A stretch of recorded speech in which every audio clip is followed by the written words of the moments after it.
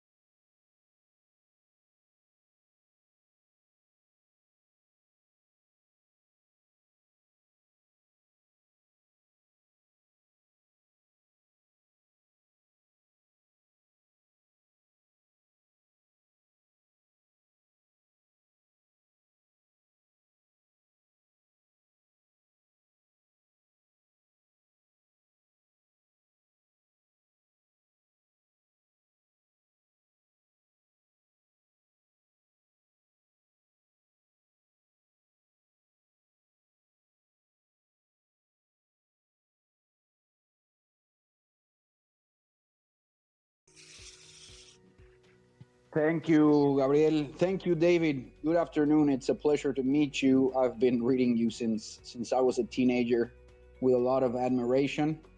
So thanks for coming. What a pleasure. I'm so glad to join the group. And it is a little unnerving when people say things like, I've been reading you since high school, but but I've been doing this for a long time. So yeah, I suppose that is natural. Thank you. And we have with us Danish Patrick that will be helping us with the translation into Spanish. So the idea will be to have a conversation in English, and from time to time, I mean, as soon as we complete one idea, we are going to have Danish Patrick translating into Spanish. Danny, can you hear us? Hi, David. Nice meeting you, and I will be translating. I'm not an interpreter, so if you can be patient with me and just have an idea, then pause for a while I say it in Spanish and so on. Maybe it's going to be a little bit frustrating, but it's better so everyone can hear your ideas in Spanish. Thank you. Well, thank you, David. We are again, we are innovating. This is the first time that we are having a space, a Twitter space in both English and Spanish, and now, I mean, we are inaugurating this with you. Thank you, and now I pass the mic to Pablo. Pablo, you want to start? Sure. So, David, the first thing I want to ask you is, what should the political opposition do, and what should it not do to defeat a populist regime like the one that is arising in Mexico? Are there formulas more successful than others? Is the key in the candidate, in in a coalition, in the project, in the proposals, or in the discourse? Yes. Well, thank you. That's an important question. The advantage an authoritarian populist always has is that he doesn't care about issues, and he can therefore shift ground very nimbly. Meanwhile, his opponents do care about issues, and so their divisions become a resource to him. I'll pause. Thank you. Lo que Pablo Majluf pregunta es qué es lo que la oposición política debe de hacer para poder combatir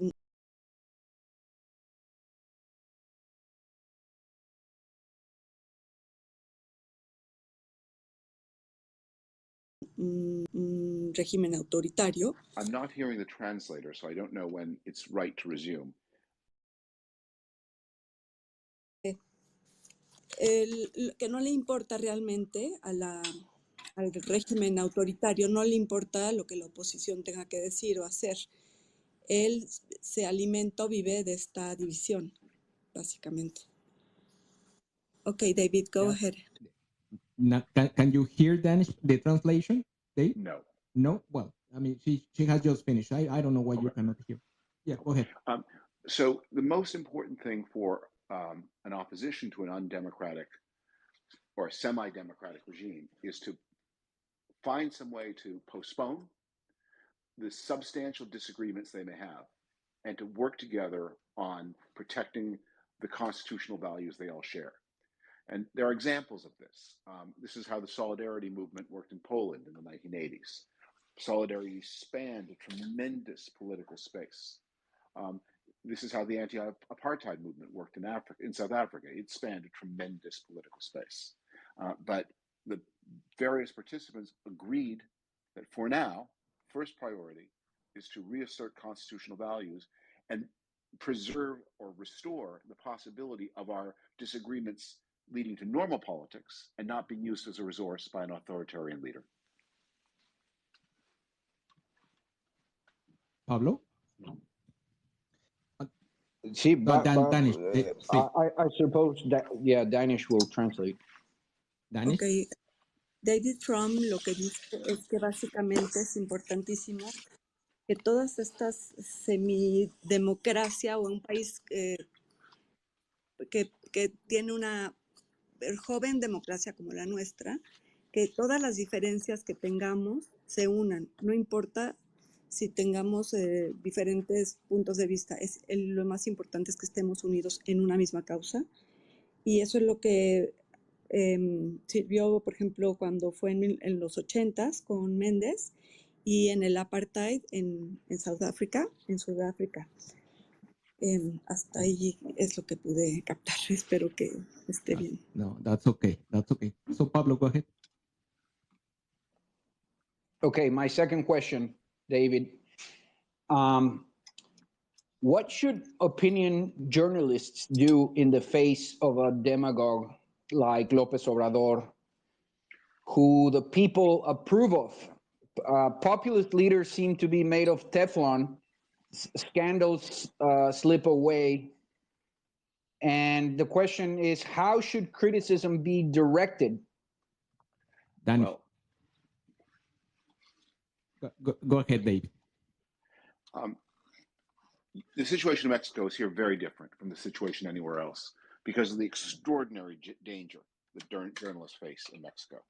And it's for me, when I was reporting there, I mean, no one was interested in me personally, but this was the great shock, was to understand that it's a matter of life and death for journalists. So they operate in a very unpermissive environment. Danish. Ajá, la situación en México es muy diferente a cualquier otra en cualquier otro país por su misma naturaleza. Para él fue muy difícil como reportero cuando vino a México y estuvo haciendo reportajes, porque era una situación de vida o muerte. Así es como se viven los reporteros en este país. That's it. She finished with the translation. Right. But what I would say, and what the authoritarian leader wants to do is push everyone to talk in the same terms, to be as insulting and abusive as he is, as personal as he is, and then everything becomes a matter of, well, who do you like? It's just a matter of like cheering for your sports team. And the challenge for journalism in this environment is to remember that the facts are the story. The facts tell the story, and to keep reporting the facts and not to let the authoritarian do what he wants to do, which is convert reporting into a crisis of personality. Danish. Sí, aquí estoy. Lo que el autoritario quiere es que se hable de lo mismo siempre. Él quiere dominar la retórica y que siempre sea el mismo tema y obviamente que venga de él, ¿no? Para él, los hechos hacen la historia. Entonces, convertir un reportaje en una retórica, más bien ahí se me fue, es en algo personal, o sea que no debemos de dejar que el autoritarismo sea el que nos dirija lo que se habla, lo que se reporta. No, and that is so true, and we live that day to day in Mexico when we have all this rhetoric from the government that comes in every single press conference. Well, they call it press conference, but it's not actually a press conference. Right.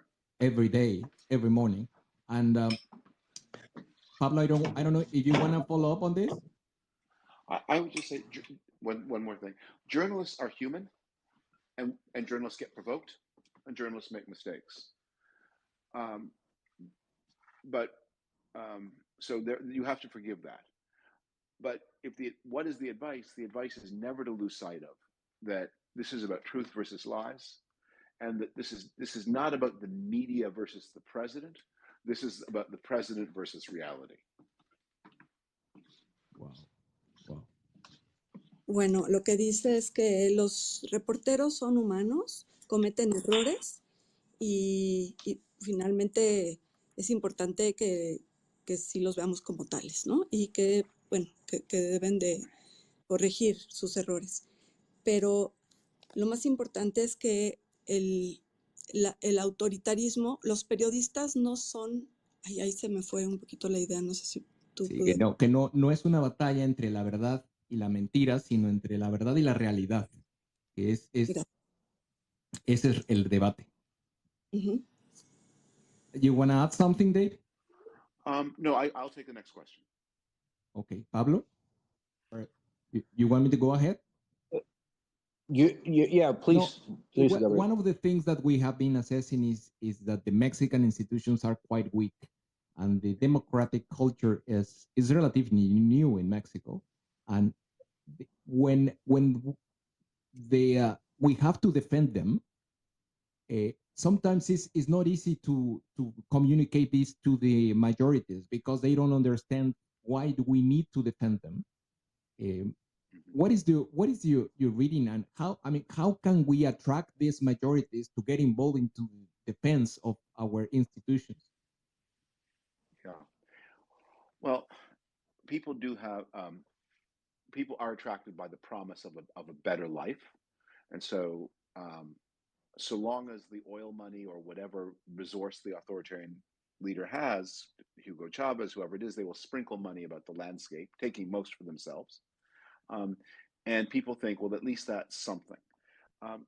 So I think from my impression, one of the things that Mexico, that civil society in Mexico needs is to join liberal, in the broad sense of the word, constitutional ideas to meaningful social reforms that are secure. I mean, one of the things that, and I'll say I'm speaking too long for the translator, but one of the ways you can tell an authoritarian leader is that when people get benefits in a legal society, they're not expected to say thank you.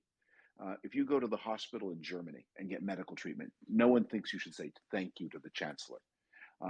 If you get a pension in Britain, no one thinks that you owe a special thank you to the prime minister. This is you retain your right to disagree, even as you share in all of the benefits that other citizens do. And Mexico's legal and constitutional institutions are connected to the success of the campaign against informality, bringing everyone into the tax system, and extending then social benefits in a more universal way than has been the case. Danish? Ok, sí.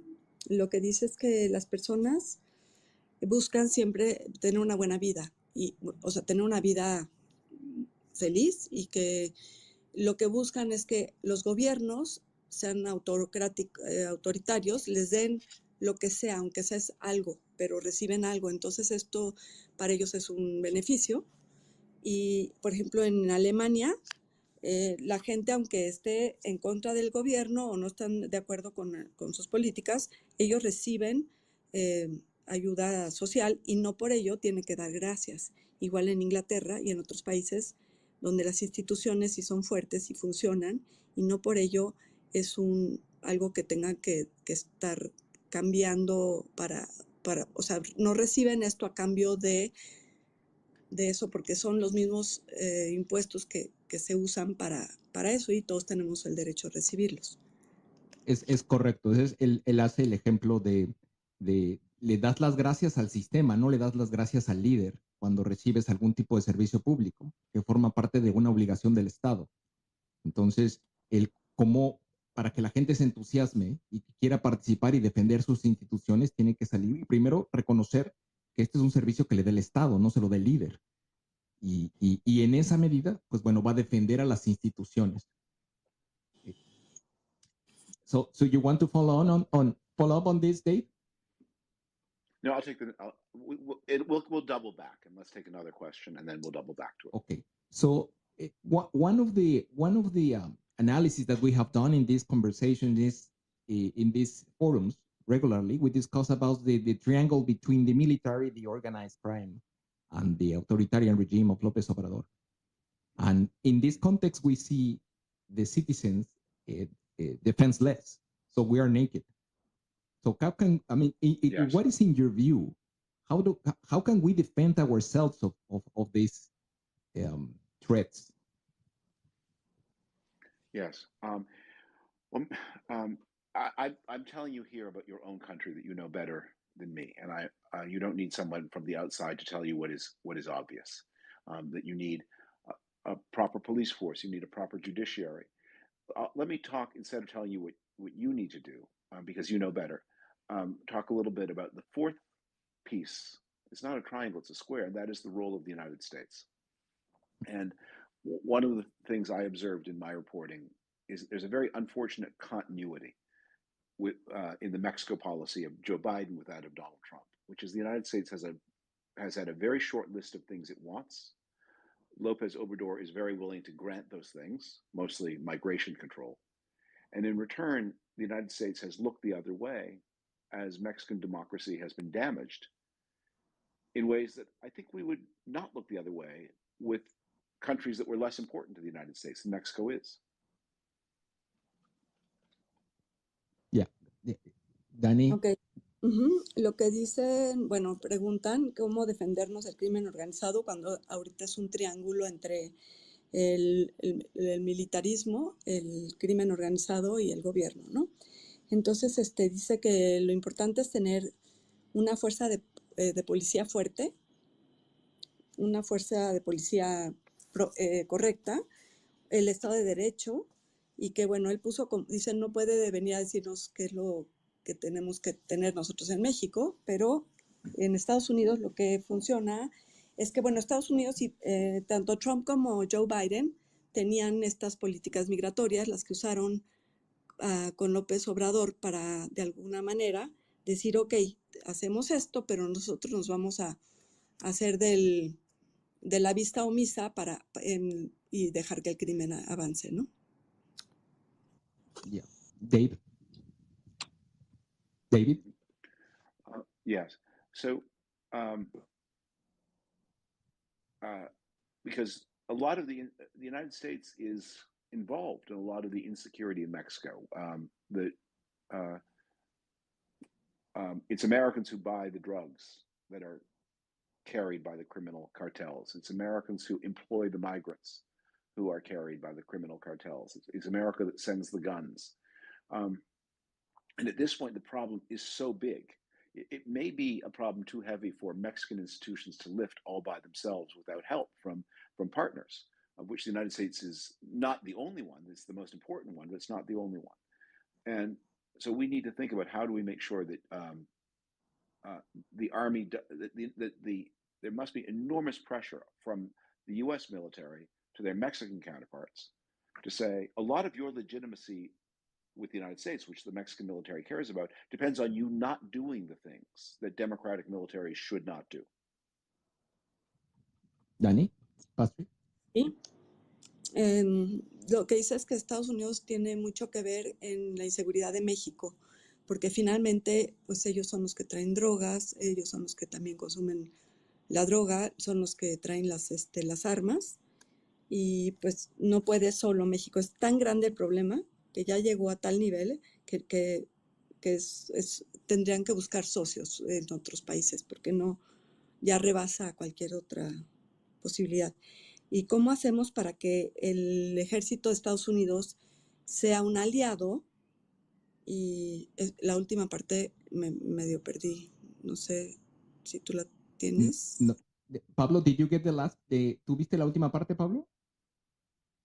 Sí, que debe de haber una presión de Estados Unidos a el gobierno mexicano a tener prácticas democráticas, sobre todo del ejército, de poner ciertas condiciones de cooperación y de sociedad para que digamos que el matrimonio entre el gobierno civil y el ejército la sigan.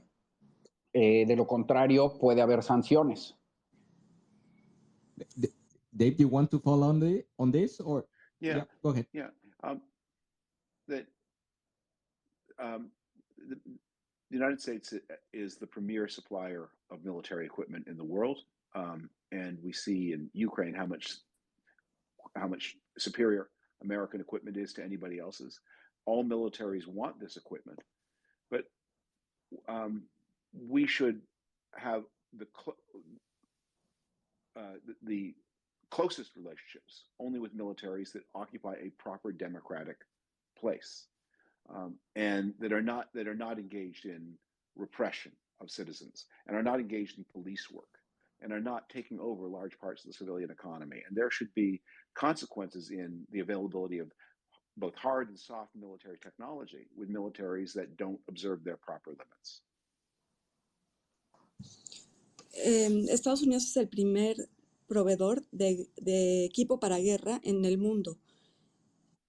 Y debemos de tener, bueno, Estados Unidos debe de tener una mejor relación con los países que sí protegen la democracia, las libertades y el Estado de Derecho, y no suplir a países que pues están oprimiendo a su población y cometen crímenes como de lesa humanidad, etcétera, ¿no?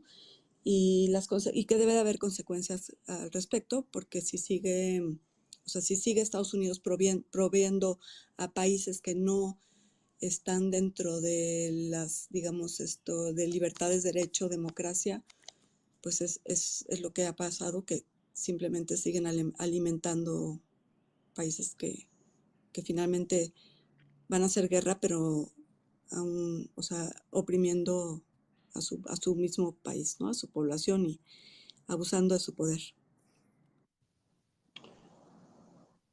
Pablo? Sí. Go ahead. All right,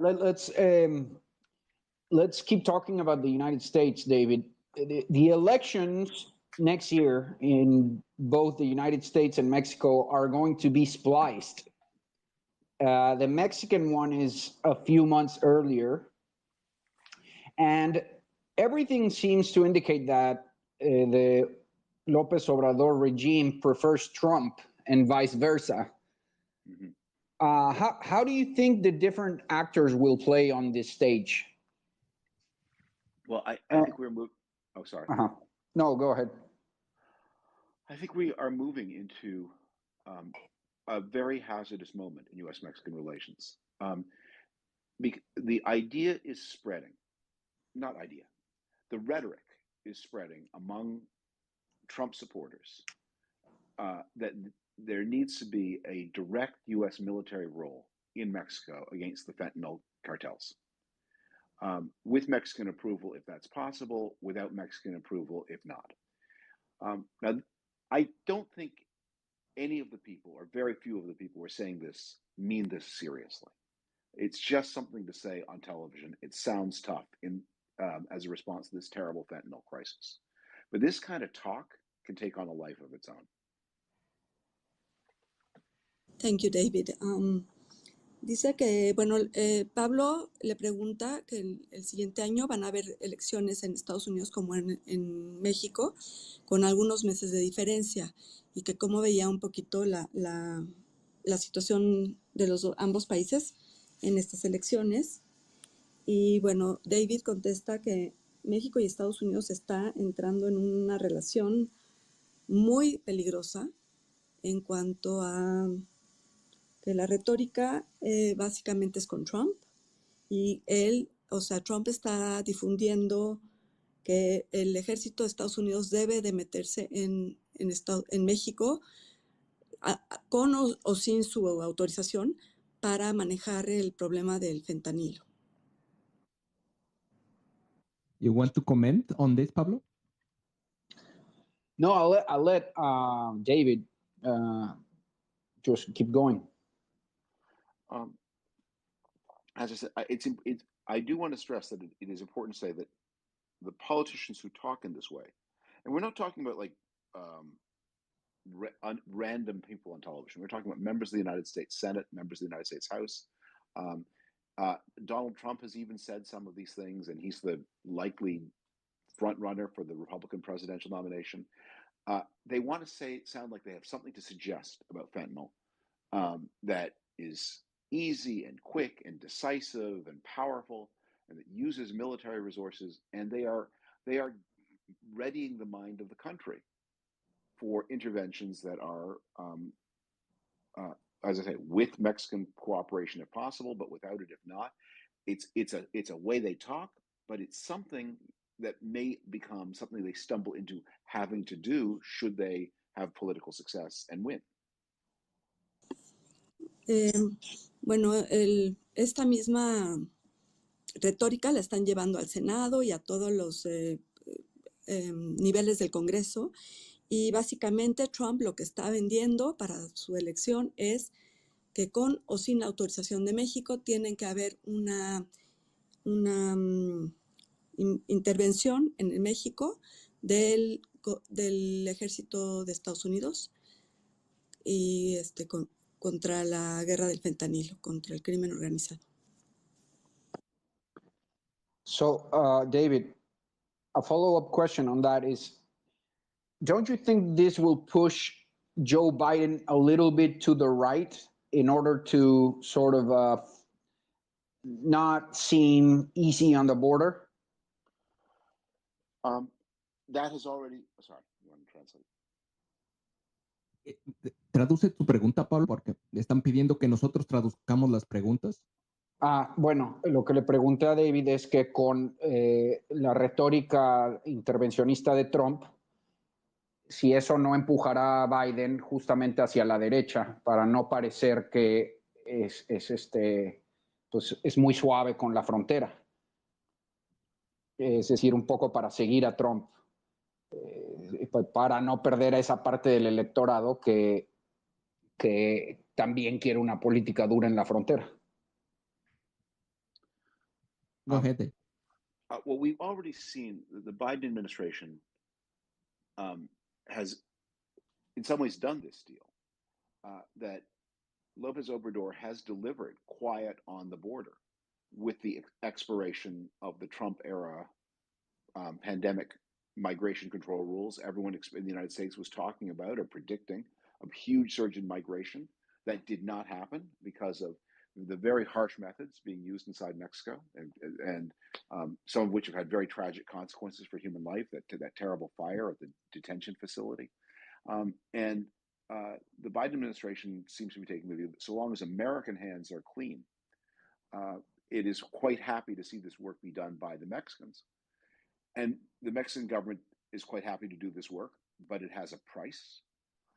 And the price is that Biden keep his mouth shut about Mexican democracy. And by and large, the United States has done that. I mean, when you think about how much we talk about democracy in other places and how little we've spoken officially about what's happened in Mexico over the past few years. Bueno, David Frum dice que Biden ya lo ha hecho y se ha callado.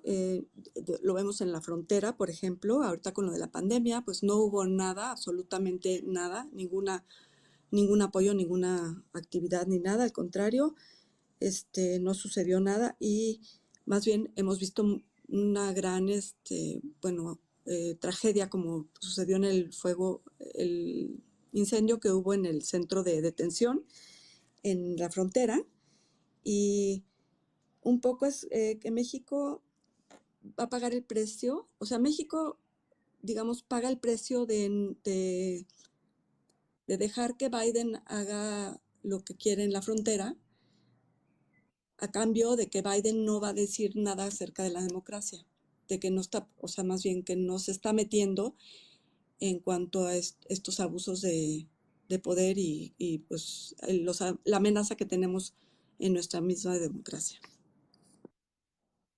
Wow. You want to follow on this, Dave? No, I'll take the next one. Okay. Well, actually, for me, it's a follow-up of what you have just mentioned, because what we lived in Mexico during 70 years of government, of PRI government, the U.S. accommodated very well and to deal with a neighbor at the southern border, which was not exactly democratic. What do you think that the U.S. should be doing if we end up living what we faced a few years ago when the PRI was in power? Mm-hmm. Will you let me translate that? Look, let me translate this. Sorry. Yeah. No, le estoy preguntando que cómo debe de reaccionar que México por muchos años vivió durante 70 años con el PRI, que no era necesariamente una democracia funcional, y que los Estados Unidos se acomodaron fácilmente a tener como vecino un vecino que no necesariamente era democrático. Y en ese contexto, ¿qué debería de hacer los Estados Unidos si como resultado de lo que estamos viviendo hoy en día termina con un vecino que no es democrático? Como lo que puede pasar. Adelante. Go ahead, Dave. Okay. Well, as you know better than me, outspoken American comments on Mexican internal affairs can easily backfire. There is a long tradition of Mexican mistrust of the United States. It doesn't always work when American leaders speak out in this way. But what the United States can do is that would be effective is to say, if the Mexican military and police are evolving in ways that are not consistent with democratic ideals, there really should be a limit on the kind of resources and technologies that are made available to repressive instruments of repression inside Mexico. That would be one place to start.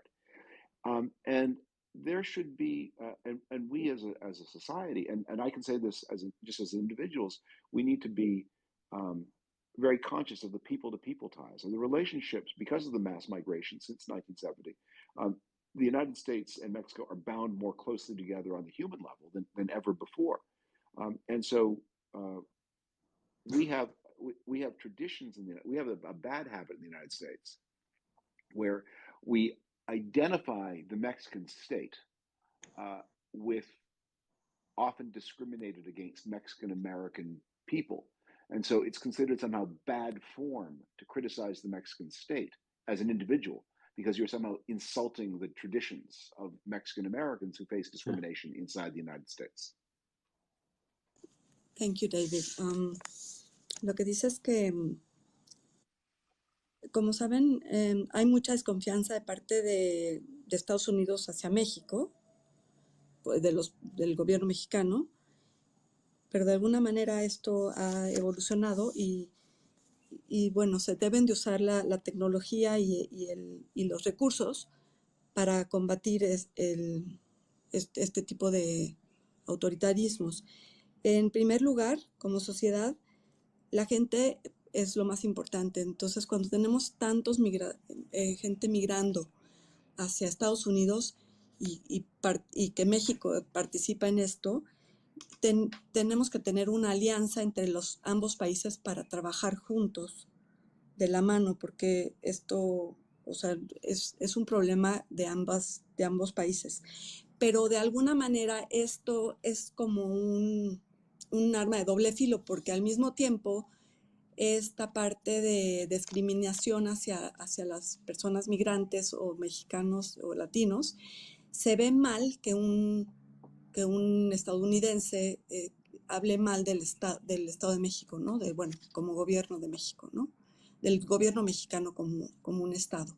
Entonces es por eso que de alguna manera no se atreven mucho a decir realmente lo que deberían de decir y alzar la voz cuando ven este autoritarismo. Go ahead, Dave. Pablo, adelante. Well, David, what can the political opposition in Mexico do in the United States? I'm talking about senators, representatives, congressmen, maybe businessmen, the lobbying groups. Are there any channels of communication that can be explored? Sí, Voy a traducir, sí. Le pregunto a David que qué puede hacer la oposición política en México. En México, la oposición política mexicana en Estados Unidos. ¿Qué puede hacer en Estados Unidos para abrir canales de comunicación? Me estoy refiriendo a senadores, diputados, partidos políticos, incluso hasta empresarios. ¿Qué pueden hacer en Estados Unidos para defender a México? Go ahead, David. I think, well, to some extent, we're doing this ourselves right this minute. That we are engaged in just such a channel of communication, and we can multiply that by many, many people. We have extraordinarily powerful Spanish language media in the United States that my perception of is that they often see their job as doing publicity for Mexico inside the United States, rather than reporting some of the truths that would galvanize the Mexican American community. It has always been the ambition of maybe some of the worst Mexican leaders to make the Mexican American community a resource for the authoritarians at home. One of the things one ought to be thinking about is, are there ways that Spanish language bilingual media inside the United States can become a resource to galvanize the Mexican American community as a defender of democracy inside Mexico, rather than a supporter of authoritarianism in Mexico to the United States? That's a fantastic answer. Dani? Maravillosa. Dice, ya lo estamos haciendo, como ahorita, por ejemplo, y si esto lo multiplicamos por muchísima gente, los medios de habla hispana son una excelente herramienta porque, digamos, están haciendo publicidad día a día. En Estados Unidos hay muchísimos medios que son bilingües, y esto a la vez galvaniza la relación entre México y Estados Unidos. Tiene que haber comunidades en las que, digamos, que sean defensores de la democracia, en vez de estar dando noticias que promuevan a los gobiernos autoritarios. Más bien tenemos que buscar que galvanicen y defiendan la democracia. Anything else, Dave? No, I'll take the next question. Pablo, you want to go ahead? Or I think that's I'm done with questions. if you don't mind, I mean, we're gonna offer microphones to a couple of people that are been asking, I mean, for the opportunity to exchange ideas with you, Dave. If they promise to ask the question in English and then translate this your question into Spanish, please. I have people here asking for microphones. They're going to speak, they're going to ask their questions in English, and we'll translate in Spanish their own question. And Danish Patrick will translate David's comments. You want to go ahead, Eduardo? Hello, Mr. Frum. Thank you very much for being here. I'm very excited, very pleased to see you here. I have first one question and then a comment. I live in the United States and I have dual citizenship. And so, therefore, I am one of those people who can vote in the U.S. as well as in Mexican elections. About your article that you wrote not long ago, the autocrat next door, I became very, very impressed about the quality of the article and how well you had assessed the situation. So my question to you regarding that is, what are your sources to stay up to date about Mexican politics from the U.S.? Do you talk to Mexican politicians, other analysts? Do you get access to university studies, articles, journals? I don't know. I'm just wondering how do you do it to be so well informed? Eduardo, tu pregunta en español. Bueno, la pregunta de Eduardo. Básicamente adelante. es, resumiendo, el artículo que escribió él, que se llama El autócrata de al lado, next door, me pareció muy, muy bueno y muy preciso, con un diagnóstico muy bueno, lo cual me sorprende de alguien a la distancia. Entonces, mi pregunta es, ¿qué fuentes utiliza él para mantenerse al día sobre la política en México? Thanks, Eduardo. Go ahead, Dave. Well, I appreciate the compliment. I like all journalists, I'm as good as the people who talk to me, and I depend very heavily on them. There is an important Mexican intellectual community in the United States, and I read them and listen to them. I try to read a lot of books and not just articles.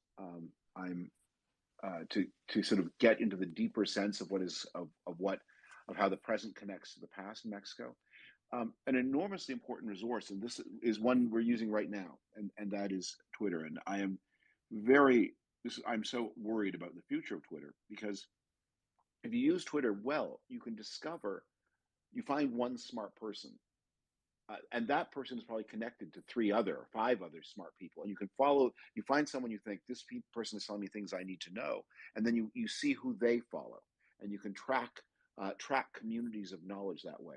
And when Twitter is functioning, which it doesn't do every day, my Spanish is only mediocre, but it has instant translation, so you can read things, and you can read articles in the Mexican press, and you can subscribe very inexpensively to quality Mexican resources like the Reforma newspaper.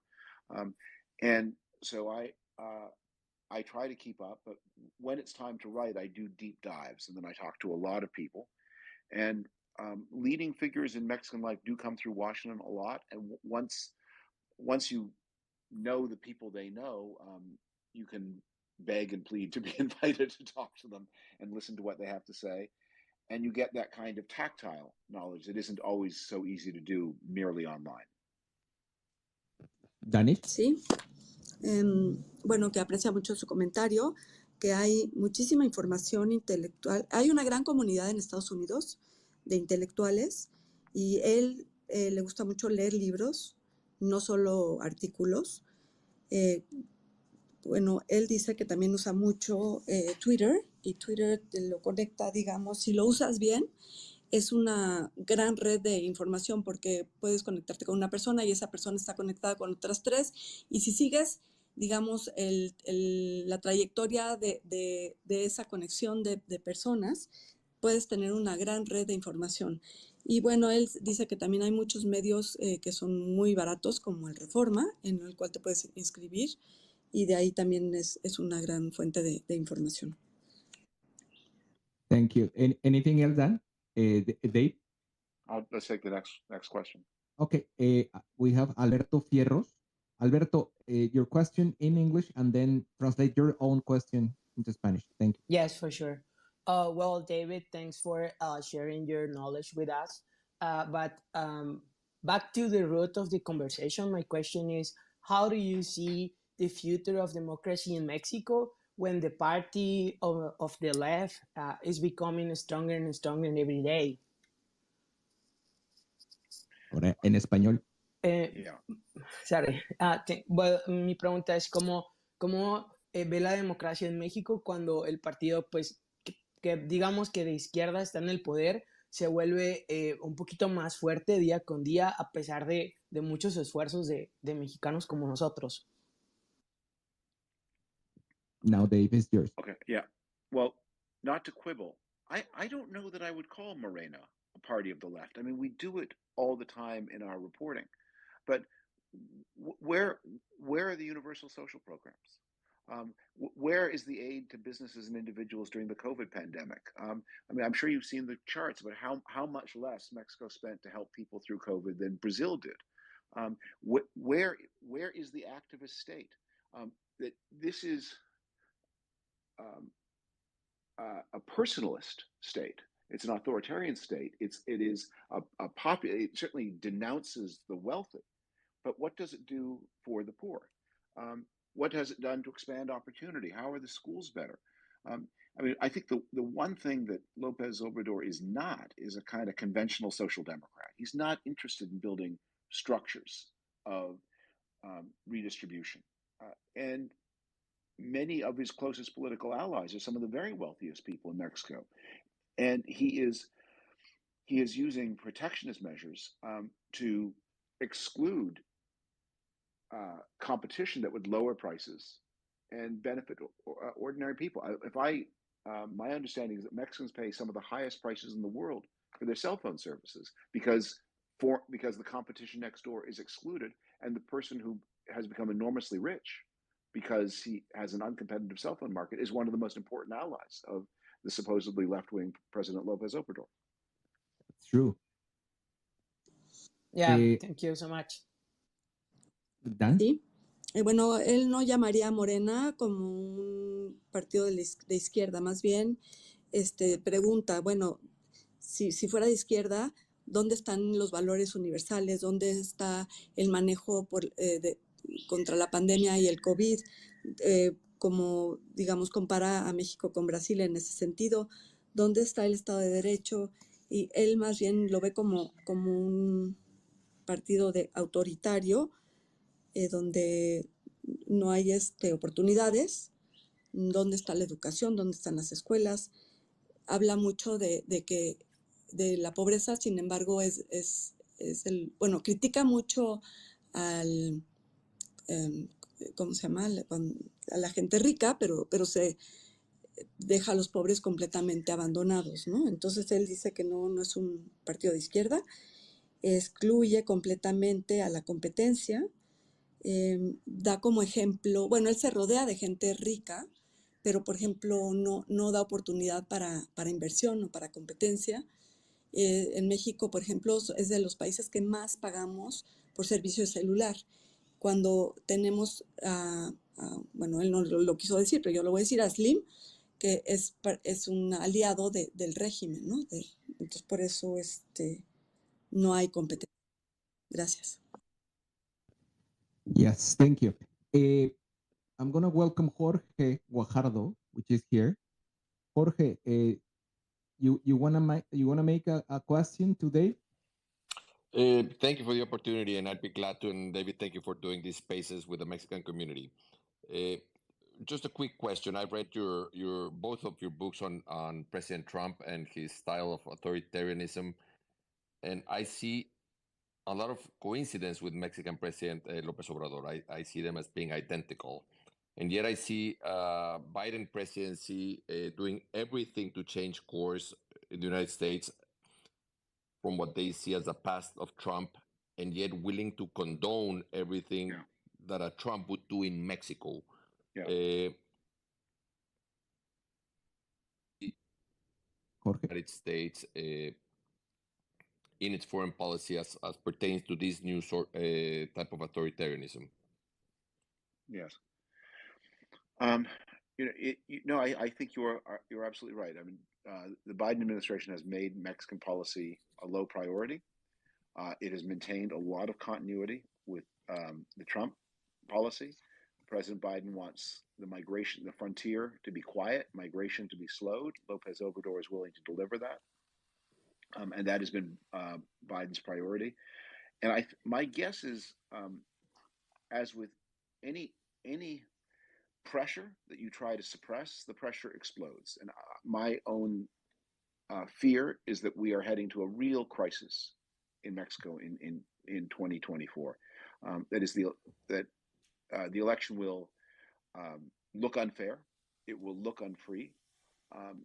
There will be violence, and it will be hard for Americans to look away. And Biden may be confronted some months before the election, and with trouble. And meanwhile, he's going to have a lot of Republicans speaking in the reckless, irresponsible, dangerous way that I've spoken about, urging some kind of American military response to the fentanyl problem, firing rockets into fentanyl labs, or even sending raids of troops. And they will say, with Mexican cooperation if we can, but without if we can't. Well, what is it called when you send troops into a country without that country's permission? That's an invasion. Dan- Sí, dice que hay muchas similitudes entre Trump y López Obrador. Bueno, Biden realmente su prioridad es la migración, ¿no? Y López Obrador está dispuesto a obedecer y a quedarse callado siempre y cuando lo dejen hacer lo que quiera con el crimen organizado. Va a haber mucha presión. Dice que 2024 va a explotar esto, o sea, bueno, no explotar en el sentido de la palabra, de que esta presión va a explotar y va a haber una gran crisis en 2024. Va a haber violencia, va a haber pues muchos abusos de poder, y que Estados Unidos no va a poder seguir haciéndose de la vista gorda. Biden va a tener va a ser confrontado. Obviamente Trump y los republicanos van a aprovechar esto para pedir que se actúe, que se metan a Estados Unidos, a México, con armamentos, con bombas, con todo, y obviamente esto es una invasión. So next question we have Daniel Muñoz. Again, if you do your question in English and then translating in Spanish. Thank you. Sure, Sociedad. Thanks for the mic. Pablo, good to hear you as always. I've been expecting this space for a while. David, I'm quite interested in your perspective of what I perceive as a sort of another new axis of evil, in form of illiberal autocrats and other authoritarian leaders in the world, either left-wing or right-wing, that backpedal civil liberties and steamroll through democratic institutions and checks and balances. What I am most concerned is the increasing polarizing climate in politics, the lack of consensus, and even the will to build it. With this climate being spearheaded by authoritarian leaders such as Trump, our AMLO, Erdogan, or Orban. My question to you, as you're someone that rejects authoritarianism, how can we turn down the political temperature, create basic great consensus, general things we can all agree upon, either center-left or center-right, and build upon our institutions and freedoms that civil society has fought for decades across the borders? That's the question, Sociedad. Thank you. In Spanish. Sí. Well, I think that the question is very astute, that authoritarian personalities around the world have watched each other and copied each other. Orban, Erdogan, Lopez Obrador, Bolsonaro, and now Lula, unfortunately, following in his footsteps. They look at they study each other's methods, and they learn what works and what doesn't work. And one of the reasons they do this, I want to point to something that is a really positive thing about our modern world that we don't give enough credit to. And this is one of the reasons we have this new kind of authoritarianism, which is because it is much more difficult for authoritarian and much more hazardous for authoritarian leaders to use outright violence on a large scale than they used to do. I mean, Vladimir Putin is doing it now, of course, but modern authoritarianism is much more economical with violence than old school authoritarianism was. and partly because of media, partly because there is more of a global community, partly because you do not want to be cut off from institutions of international trade and finance. Viktor Orban, for example, Hungary is in the European Union. Hungary is subject to the jurisdiction of the European Court of Human Rights, and it doesn't want to be kicked out. Mexico is a partner in NAFTA. There are things that a Mexican government, if a Mexican government did what happened in Tlatelolco in 1968, that would have, I think, real investment ramifications, all kinds of ramifications that Mexican governments would want to, that a Mexican leader, no matter how authoritarian, would want to avoid. And so the reason that there are similarities, they face similar constraints, and one of them is the constraint against large-scale, visible, state-directed violence. And that is a tremendously positive thing about our modern world. And that so someone as thuggish as Erdogan, he pushes people into exile, but they're usually allowed to take their property. He certainly doesn't kill people. He doesn't put people in concentration camps. And this is a good thing. This is what they study from each other. And these are resources for all of us. We live in a world where people are more connected, people are more educated, people have a stronger sense of what is expected and what is not, and where, by the way, democratic societies have delivered proof of concept. Back in the heyday of the old kind of authoritarianism in the 1930s, liberalism and democracy, they looked like losers, not only losers in terms of their ability to mobilize force, but their ability to deliver standards of living. I think everyone around the world sees that life in the European Union, life in the United States, life in Australia, New Zealand, and Canada, that this has a lot to offer. People want to choose it in a way that these countries didn't seem to have so much to offer in, say, 1936 or 1937. So one thing that is a resource to use is to understand that the regime is inhibited in its ability to direct visible violence. And one of the things that makes Mexico such a scary example of modern authoritarianism, and one of is, and I do not know enough about this to know how conscious López Obrador is of this, is you have a lot of violence in Mexico that is committed by non-state actors who have relationships to state institutions, and the state can then either knowingly or unknowingly, consciously or not, withdraw protection and indicate that certain people, and I think this is what happened to the broadcaster I interviewed, Gomez Leyva, who was attacked in the center of Mexico City, presumably by criminals, presumably not with any permission from the authorities, but after the president spoke about him in a way that indicated he was vulnerable, protection had been withdrawn. And I'm sorry, I'm speaking too long for the translator here, who may want to summarize my remarks. But okay, thank you. But there are rules and taboos about the use of state-directed violence, and this is a tremendously powerful fact about modern authoritarianism. Danish? Sí, bueno, lo que dice es que... Feel free to abridge. That's okay. Yes. Bueno, voy a resumir que básicamente que tenemos una gran herramienta a nuestro favor, que es que las dictaduras de hoy en día ya no usan la fuerza o la violencia como lo hacían en 1930, 1950, 60 y tantos, porque hay demasiada, ¿cómo se llama? Estamos conectados con el mundo entero, ¿no? Hoy en día la Unión Europea, también estos países como México quieren pertenecer al intercambio económico que existe con la Unión Europea, con Estados Unidos, con Australia, con todos estos países que eran ejemplos de democracia, tienen ciertos beneficios, y hoy en día el estar, digamos, el ejercer la violencia así cruda, directa, está muy mal visto, no lo pueden hacer directamente, entonces a lo mejor usan pues lo que hemos visto, ¿no? Los famosos porros, él no lo dijo así, pero yo lo digo, o indirectamente manda gente para que haya violencia, pero él, una de dos, o no lo manda el gobierno, o sea, el dictador, pero o simplemente se retrae de ejercer la protección hacia los ciudadanos, que es lo que vimos con Ciro Gómez Leiva, el ejemplo, ¿no? Yeah, that you want to follow on this day? No, I'll pause and take the question. Oye, Gabriel, ¿puedo hacer una pregunta? Adelante.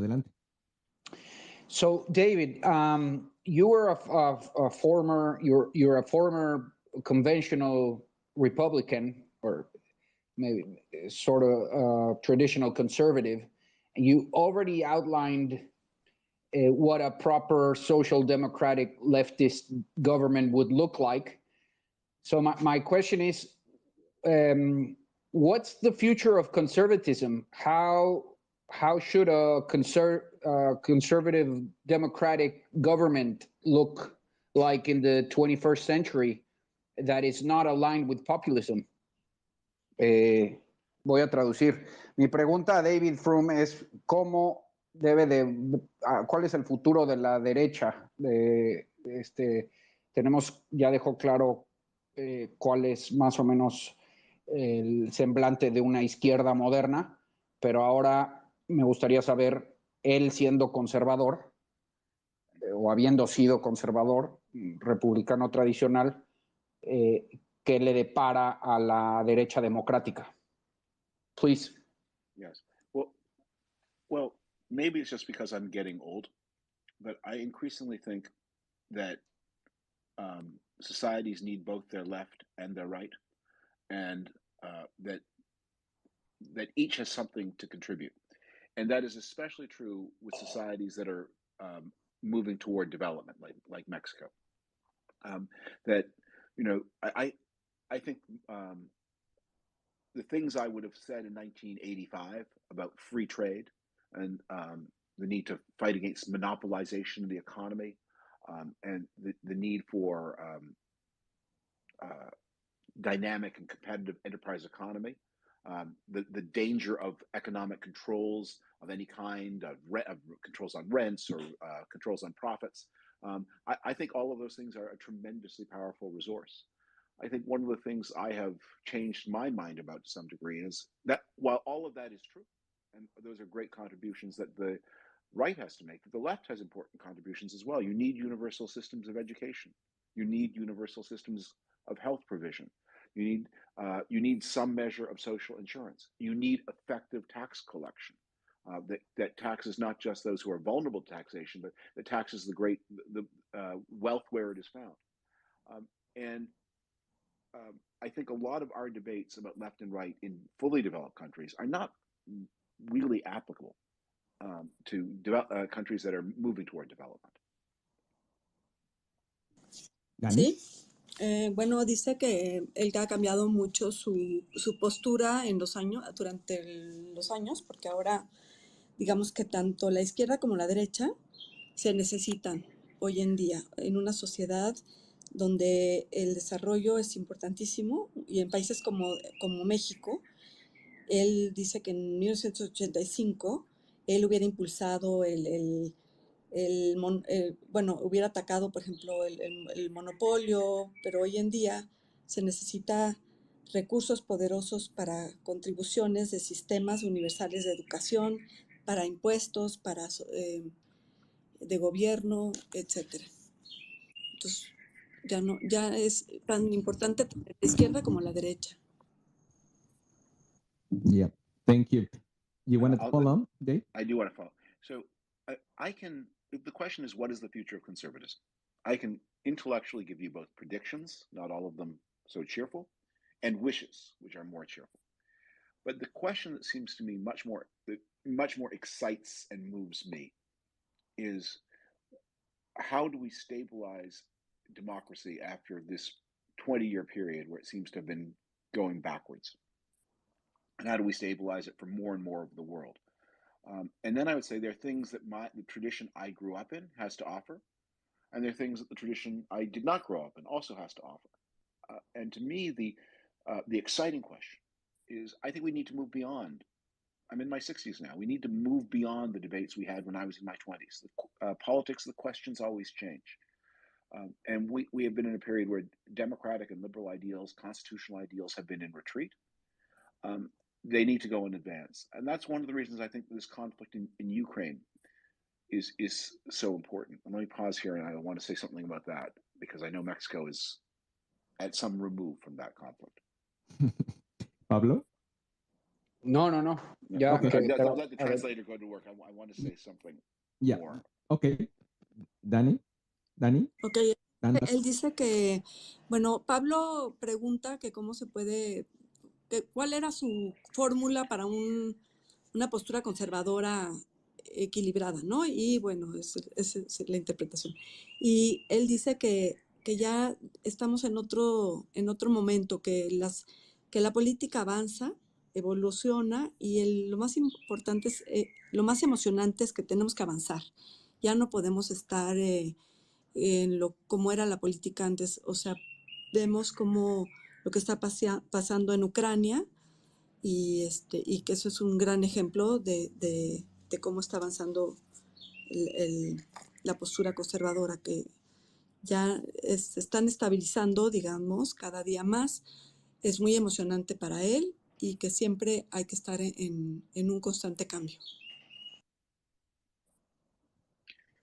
Dave, adelante. Go ahead. The significance of Ukraine, and I know Mexico is neutral, and your president is sympathetic to Russia, and you're not directly involved. But the reason this conflict is so important to the whole democratic world is critics of liberalism and democracy, whether they're on the left or on the right, whether they're religious or secular, they say the same thing. They say you are divided, you are weak, you are boring, you are procedural, you cannot act. We are powerful. We are the future. We have knowledge. You have disagreements.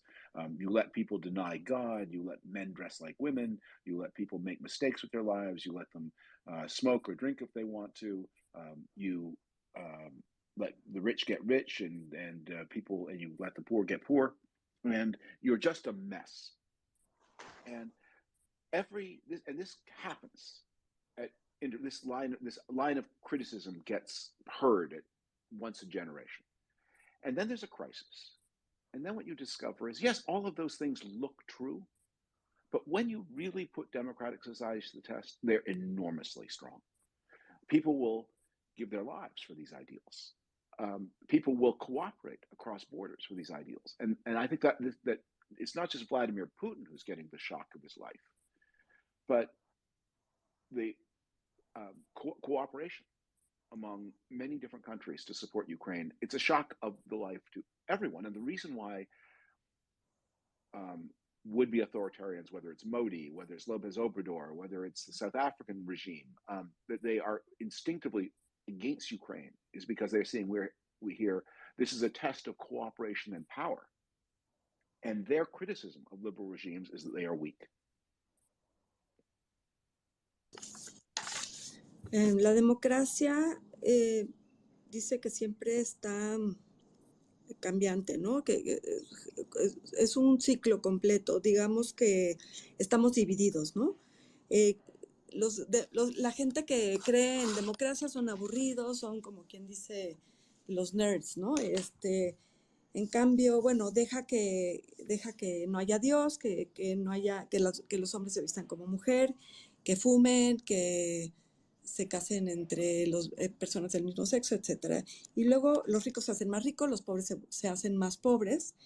Y luego hay una línea de criticismo, de crítica, ¿no? Y esta línea, digamos, lleva a una gran crisis. Y esta crisis lleva a un despertar, digamos, y es lo que, digamos, que la gente se da la vida por defender sus ideales. Eso es lo más importante. Entonces, lo más importante es que ahí evoluciona la democracia. Estos países, hay una cooperación de países para defender, por ejemplo, Ucrania, ¿no? Y esto es lo que los países autoritarios están en contra de Ucrania, porque no pueden entender que haya esta como como sociedad o cooperación entre países para defender un ideal. Anything else, Dave? I'll take the next question. Okay. Delo, again, your question in English and then in Spanish, please. Sí, gracias, Gabriel. Buenas tardes a todos. Hi, David. I have two questions. You said that the United States has the best army equipment. And my first question will be why you haven't been able to control it. The next question will be the United States have blocked Cuba and now Venezuela for all this socialism. Would they consider to block Mexico if they win on the 24th? Mi pregunta es que él dijo que tienen el mejor armamento para guerra en Estados Unidos. Le pregunto que por qué no han podido controlarlo. Se me va el aire. Y la segunda pregunta es que ya bloquearon el comercio con Cuba y con Venezuela. Si gana el socialismo en el 24, lo considerarían con México. Okay. These are both very powerful questions. I'll try to answer both. As the first, it is, I'm going to tell you what you already know yourself. We do not control guns because of the dysfunctions in our political system, which exist as they do in the Mexican system.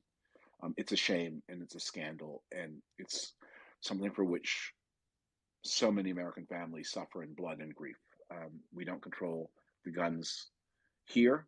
We don't protect our children. And of course, we export them to neighbors, and the neighbors suffer as we inflict suffering on ourselves.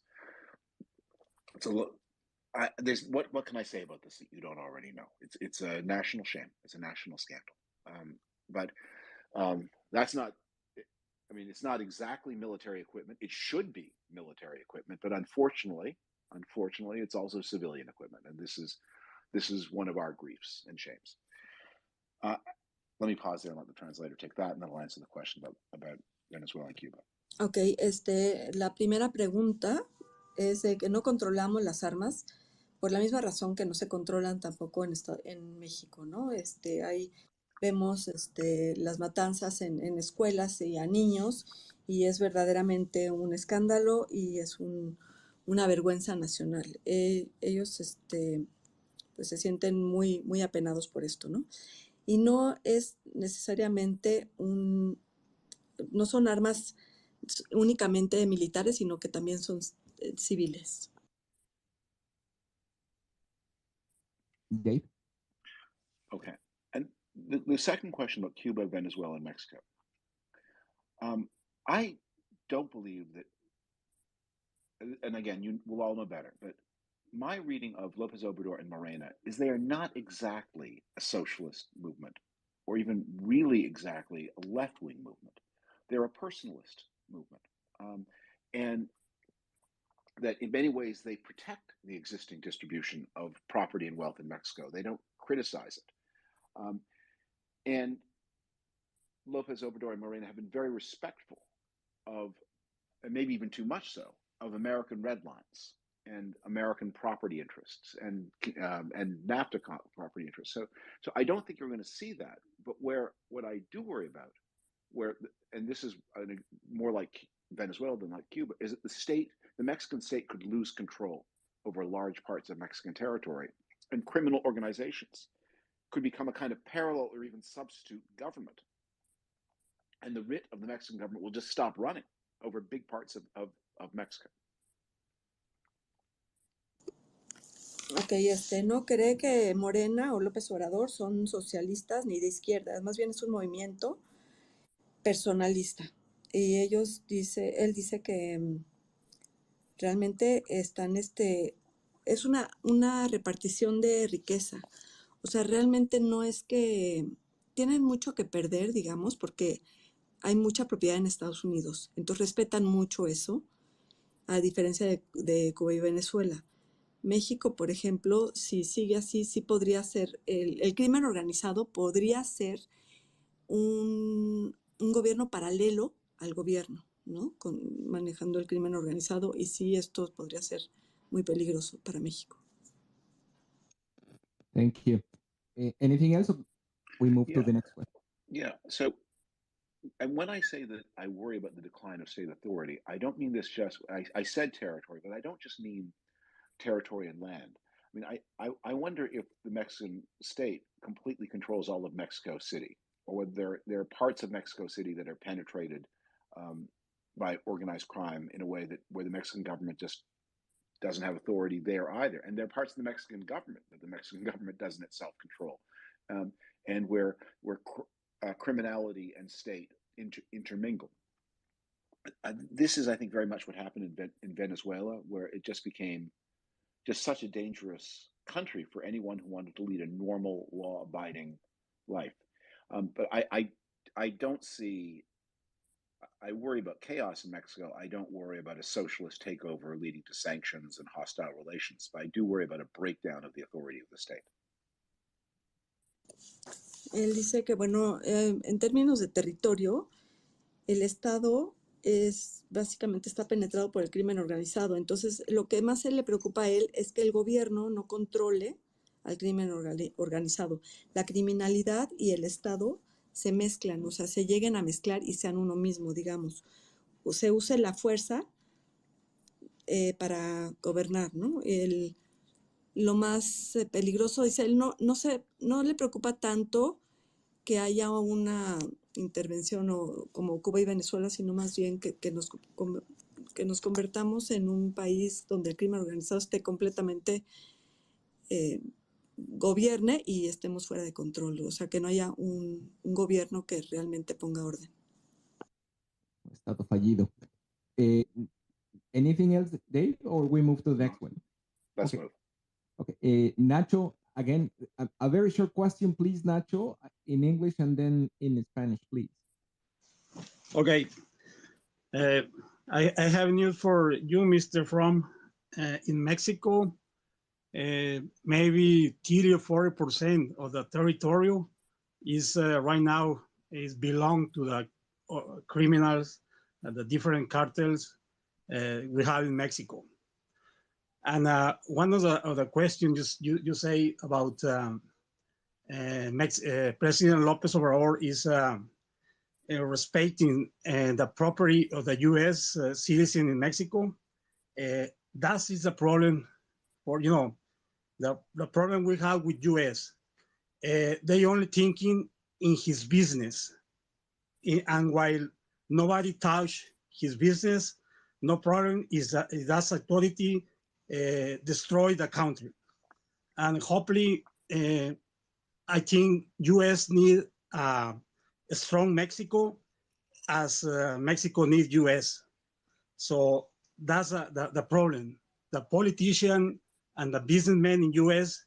need to look what happened in Mexico, because if this administration win in 2024, it will be millions of Mexicans try to leave to U.S.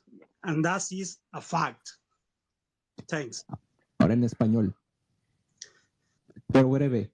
Ok, si quieres, ¿se leo en español? Sí, en español breve Okay. Para la audiencia.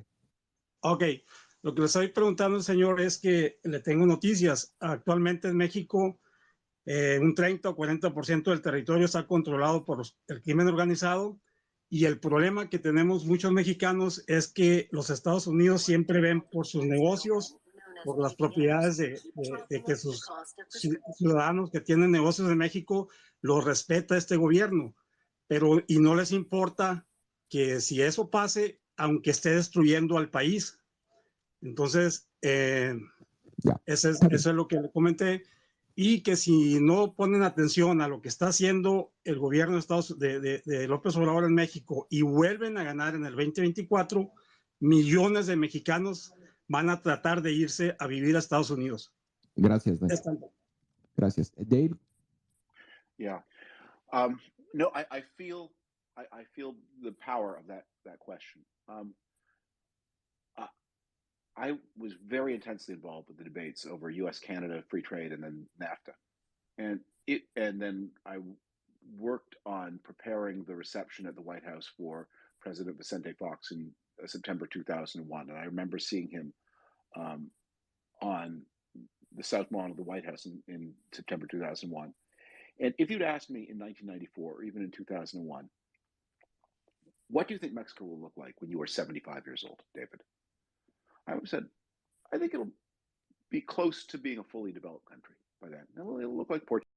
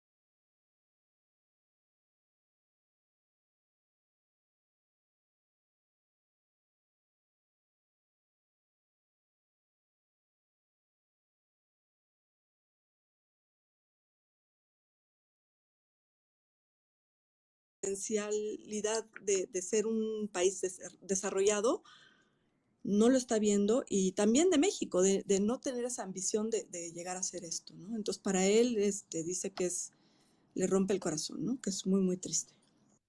Danish, ya a lo mejor tienes que salir y entrar porque él no te escucha. Si sales, vuelves a pedir el micrófono y te subo. ¿Te parece bien? Sí. Okay. So anything else, or we move to the next one? Okay. Let's move. Okay. We have Art Gallardo. Again, your question in English and then in Spanish. Hi, Gabe. And you hear me, right? Yeah. Yes, I hear. Okay, awesome. Well, this is, I feel like I'm a kid in a candy store because this is amazing having David Frum, Pablo Majluf, José Antonio Crespo, que se me perdió por ahí. That this is amazing. So anyway, this is a great effort. So thank you again, Sociedad, because this is really, really, really good.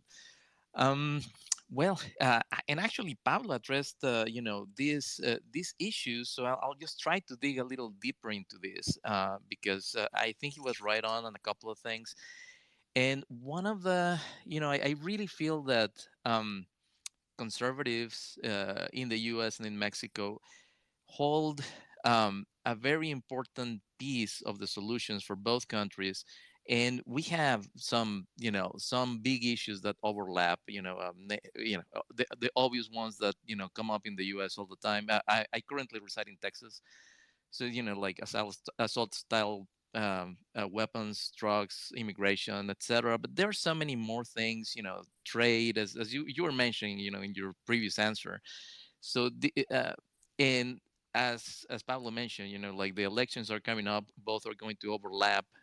Mexico is bound to be the political piñata here, and to some extent, also the U.S. is gonna take some heat in Mexico, maybe not as much, but.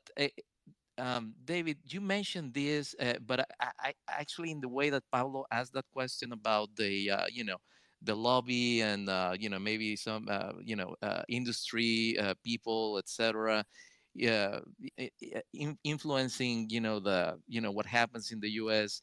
I'm a bit more interested in what is that you think that just voters, conservative voters, I don't know, like the mom and pop shop owners, everyday Americans might need to really see the benefits that would bring to have a partner that would be more developed in the case of Mexico. What needs to happen so people here in the U.S. Really get that this in their best interest? And what happens while we have domestic agendas both in Mexico and the U.S. We have areas where we can do a lot of progress. What do you think that needs to happen here in the U.S. with those voters so they put some pressure on the political leadership, and which frankly I'm really disappointed in their lack of imagination for solutions to many issues, like but especially when it comes to not only renewables but immigration and the gun violence we're suffering here, which could really benefit Mexico should, like, the assault weapons situation here would improve, and we would take drug addictions as a more of a social a social health issue. My God, my terms crossed there. So I don't even know how I'm going to translate that, Sociedad, but Échate la I might need corta, an échate la assist. corta, échate la corta. I know, no, but that's the question, David. What do you think that voters here need to see so they get it, so they get that, that something needs to happen in some of these issues where both countries can benefit and could be a win-win? Well, go ahead. Wow. So, Dale, que de hecho es una, échate la bueno, corta, pero en una muy sí, corta, ¿verdad? Por como tanto que rollo, ahora échate. resumiendo, no, es que lo batallo para aterrizar. La pregunta, ¿qué se necesita para que los votantes en Estados Unidos, los conservadores, entiendan que es en su mejor interés que los temas comunes que tenemos en México y en Estados Unidos, como son las armas de estilo militar, la guerra de las drogas, la inmigración, la energía renovable? ¿Qué se necesita para que los conservadores acá vean que esos temas son importantes y que puedan poner algo de influencia en los políticos de este lado, y que haya ya movimiento más concreto? Si te lo pude resumir, es lo mejor que Está pude. perfecto, Gracias, está chavos. perfecto. Gracias. Well, David, okay. you have the answer. I will vote for you. Okay. Well, when you talk about win-win, I mean, when you look at the Sonoran Desert, which seems so useless, I think we are looking at what is potentially the vastest solar plantation on Earth. Because unlike the Sahara Desert, which is far from markets, here you have this vast area of sun collection that's close to Los Angeles, close to San Diego, close to the factories of Monterey, close to Texas. I mean, that our children, I hope, will live to see a world in which that useless land is covered with reflectors that are generating power for the American Southwest and the Mexican North.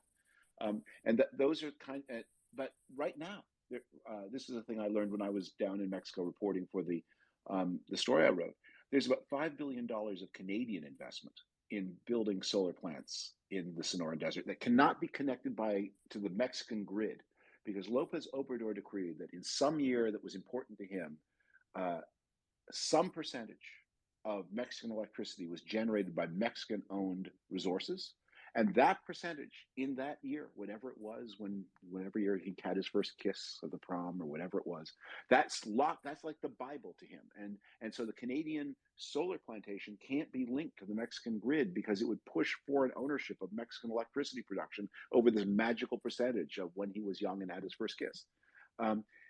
It's crazy. It's just crazy. What do you do to the American voter? Well, one of the things that when you speak about the mom and pop American voter, important to keep in mind, the Republican Party is becoming steadily more of a Mexican party. That one of the great strategic changes in American politics is that Hispanic Americans generally, and Mexican Americans specifically, are moving into the Republican Party, even as Anglo-Americans are moving out of the Republican Party once they or their children or their grandchildren get educated. So I think one of the this is a long answer, but I think one of the questions, and this is a question I don't have the answer, I will turn it back to you, is a lot of Mexican-American voters are people who've turned their back on Mexico and say, I never want to think about that country again. And how do you get Mexican-Americans to say, I want to think about the country, I want to care about the country, I want to liberalize the country, I want to make the country I left be more like a country I could return to? That's a good answer. Dan? Es una situación de ganar-ganar, dice. El desierto de Sonora, por ejemplo, es tan vasto, es un territorio que es perfecto para una granja de paneles solares. Está tan cerca de Texas, de Monterrey, de California, o sea, es estratégicamente bien ubicado, ¿no? Pero es una tierra sin uso. Sin embargo, bueno, hay 5 billones de dólares canadienses que se están invirtiendo en estas granjas de paneles solares. Sin embargo, López Obrador no quiere que se diga que se está invirtiendo ahí porque ahí me perdí un poquito, creo que es donde... Porque quiere que la energía la genere el operador mexicano, que es la CFE. Entonces, es una tristeza porque se está perdiendo toda esta gran oportunidad de inversión y donde todos los otros países, tanto México como Estados Unidos y Canadá, se verían beneficiados, ¿no? El Partido Republicano se está volviendo el votante mexicano. Digamos que los hispanos o los mexicanos que viven en Estados Unidos se están yendo al Partido Republicano y viceversa, los anglosajones.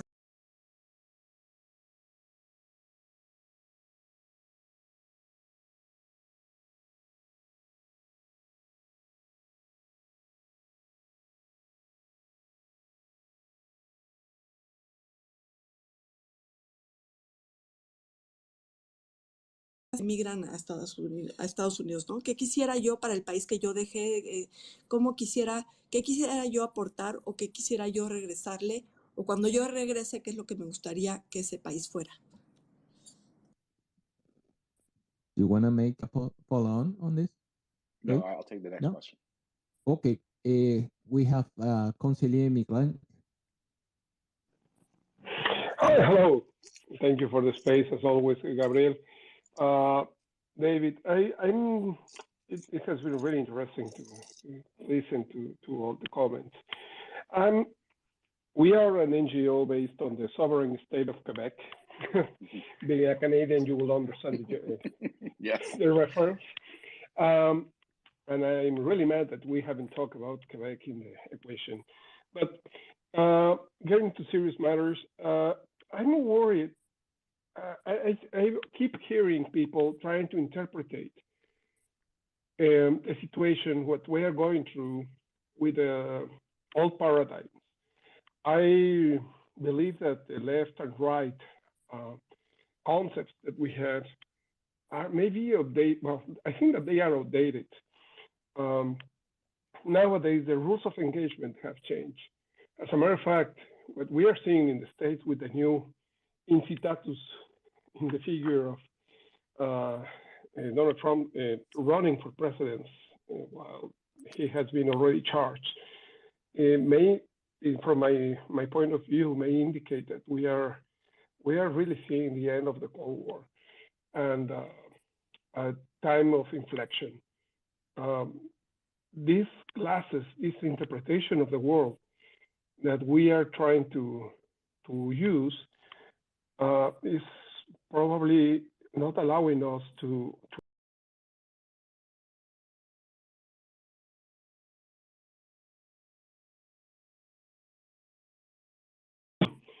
and I remember I was there during the 9/11, and what I have seen in the last 20 years is like a snowball.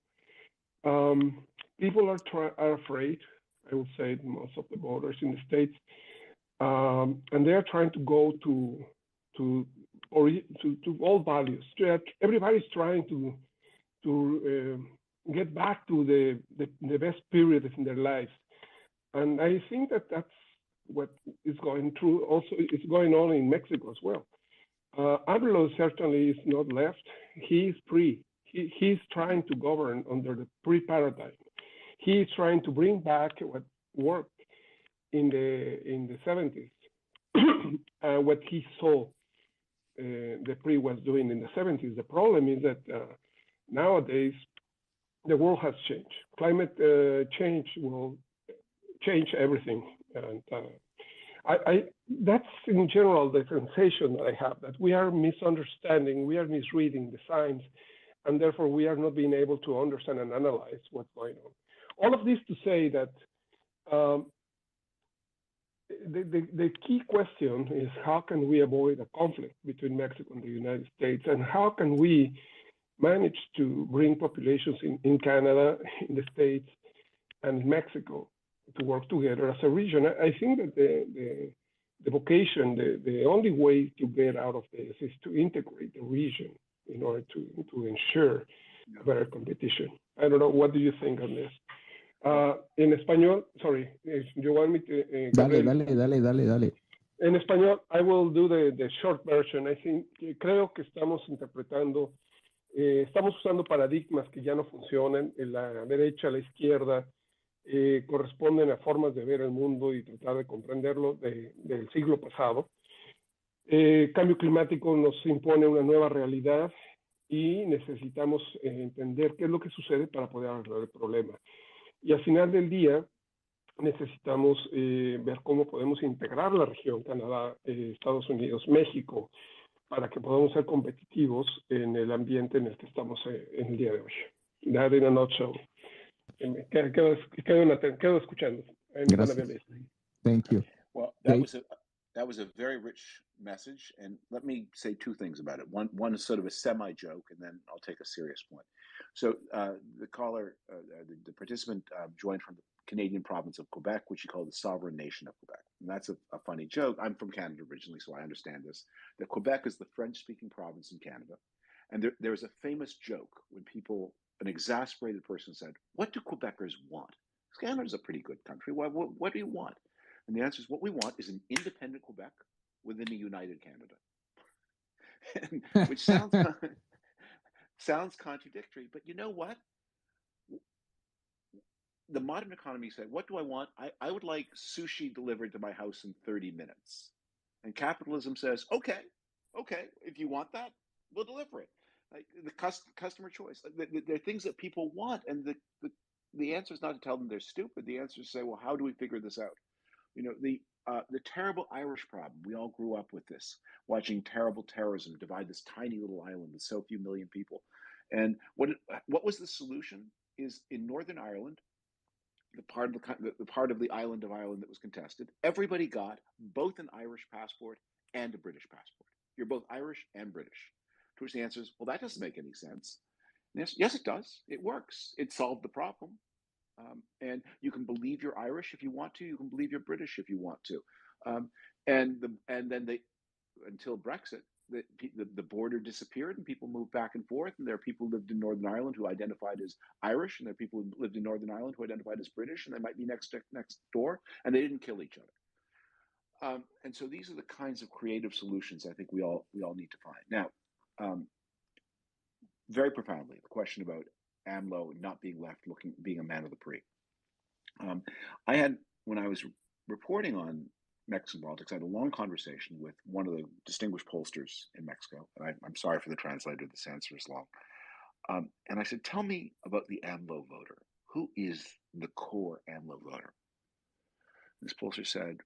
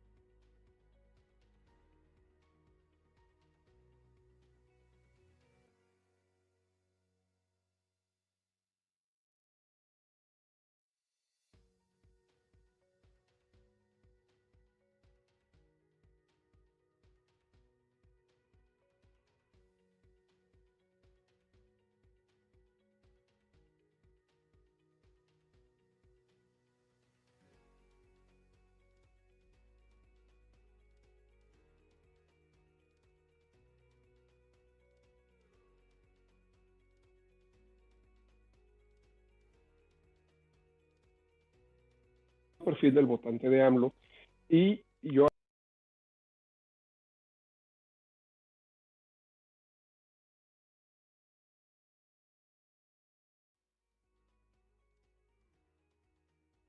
Same for Bolsonaro and Putin. and Putin, the same one that votes for Trump?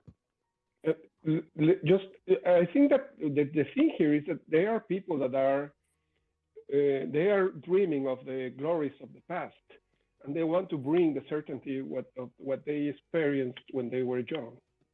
Yeah. I understood the question. I have enough Spanish to understand that. Putin, I think, is more exotic because Putin is more like a classic dictator than an authoritarian populist. Because the authoritarian populist does mobilize some kind of consent, which I think Putin probably lost about 2011.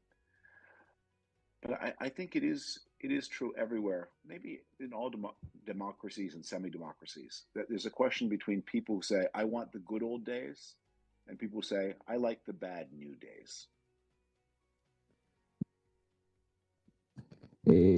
David, we are planning to I mean, it's already 6:47 in Washington, D.C., and I know it's Friday. Yes, so I have to go in a minute. Yeah, but so we have still a couple of questions from two guys that are here with microphones. So if you don't mind, we attend these two and then we close. It's fine? Okay. Very good. Okay, Rogelio, in English and then Spanish. Okay, very good. Thank you. Thanks, David. I really appreciated your perspective about how Lopez Obrador and Trump and others are new authoritarians, that they are not the old way authoritarians that use power and military power to enforce, their position. Now, we as a people that we have seen how Lopez Obrador has been trying to destroy institutions that it took us like 30 years of really hard work. I witnessed since the 90s how the Electoral Institute was built year after year. So how can we fight against against these new authoritarians? Is there something that we can learn from Turkey, from somebody else? Because poll after poll, Lopez Obrador is very high. He has 60%. And it seems that, how we say in Mexico, que es de teflon, like things don't stick to him. He has like Superman powers, that things that failed have been failing in his administration. He continues being strong, like Trump, like what Trump said, that he can shoot somebody and he will be okay. So mi pregunta es, ¿cómo podemos como oposición, la gente de México, combatir contra alguien que es un nuevo autoritario, que no usa la fuerza como se hacía en el pasado, donde realmente desaparecían a la gente, lo metían en la cárcel, había encarcelados políticos, y ahora no, ahora se cuidan de no hacer eso, pero de todos modos siguen siendo autoritarios. Entonces, ¿qué podemos hacer? Eso es todo. Gracias. Thank you. Dave?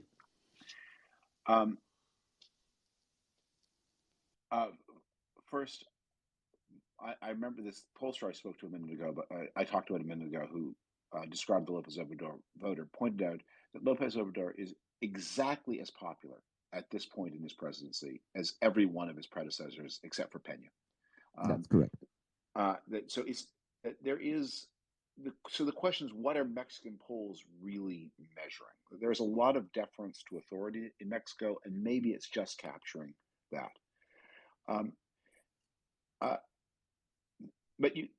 I think, without seeming to offer easy comfort, I'd say the accomplishments since the middle 1990s, they're real. They're part of the collective memory of Mexico.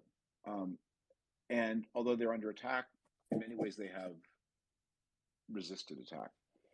And I would say Lopez Obrador has also done something, which is the history of recent history of Mexico is populist governments who borrow wildly, create debt crises, and then force reform to be combined with austerity, because you have to tidy up the debt mess, like after Lopez Portillo. And the one good thing you can say, or actually some good things you can say about Lopez Obrador, but one of the most important is he's not leaving his country with a debt mess. It's got economic problems of many kinds. It's got serious environmental problems, but that the next period of opening reform will not be conducted under a debt crisis that forces the reforming government also to be an austere government. And so that, I think there are a lot of important possibilities for the Mexican future. Last thing to remember is, in Mexico, successors always betray their predecessor.